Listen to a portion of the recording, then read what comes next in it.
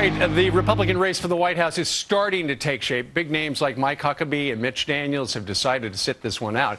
Now, former Governor Tim Pawlenty and Herman Cain, a businessman, are in. But which Republican contender has the best shot in 2012? Let's turn to our Radio Rumble. Joining us right now from Cleveland, Chuck Booms, from Chicago, Guy Benson, and from D.C., Mark Levine. Good morning, guys.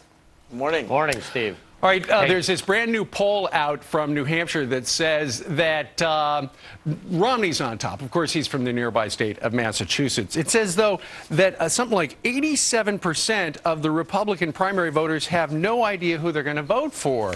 Guy, I would imagine that's because it's just a long time before we vote, right?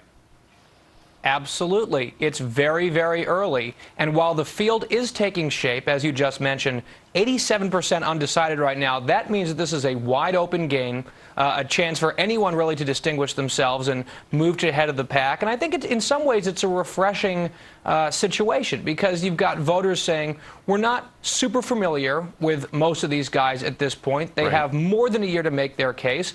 And we're looking forward to see what case they're able to build for themselves. Now, Mark, people on your side of the political spectrum say that Tim Pawlenty, good guy, but he's boring. Then you got Herman Cain, he's entertaining, but he's got no experience and stuff like that.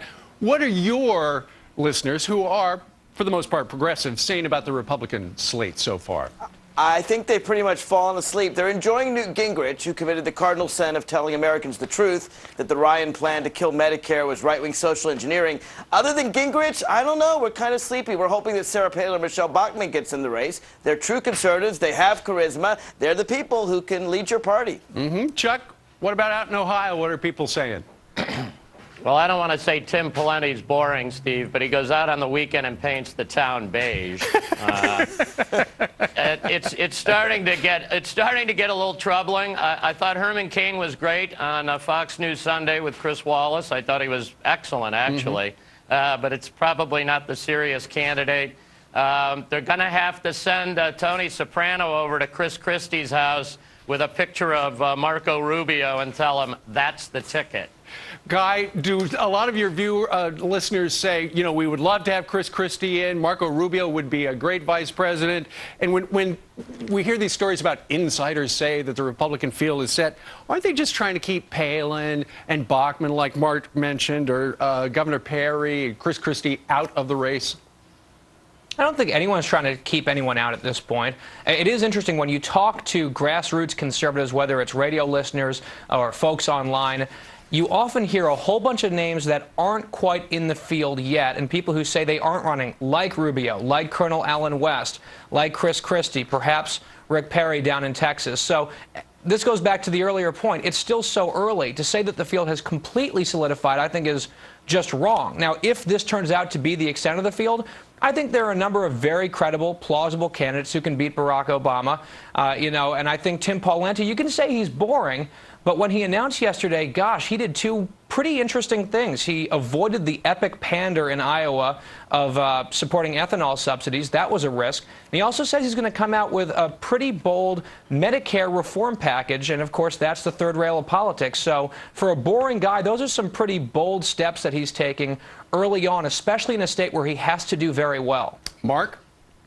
Well, I think Tim Pawlenty's got a good chance. I also think he's got some trouble on his right. I mean, after all, he flip-flopped on cap and trade. He just had an argument with Rush Limbaugh because he said the era of small government is over. And he's probably most remembered in Minnesota for the I-35W bridge collapse because he cut highway funds on transportation. So Tim Pawlenty has problems. Romney has problems because his health care plan mirrors the national Democratic plan on health care. And other than those two candidates, I don't know who else has a chance in the Republican field. Mark, it was proven that bridge collapse was because of a design flaw. It had nothing to do with Thank you, Steve. It had to do with the gusset bridge. Chuck Booms, we're going to give you the final word.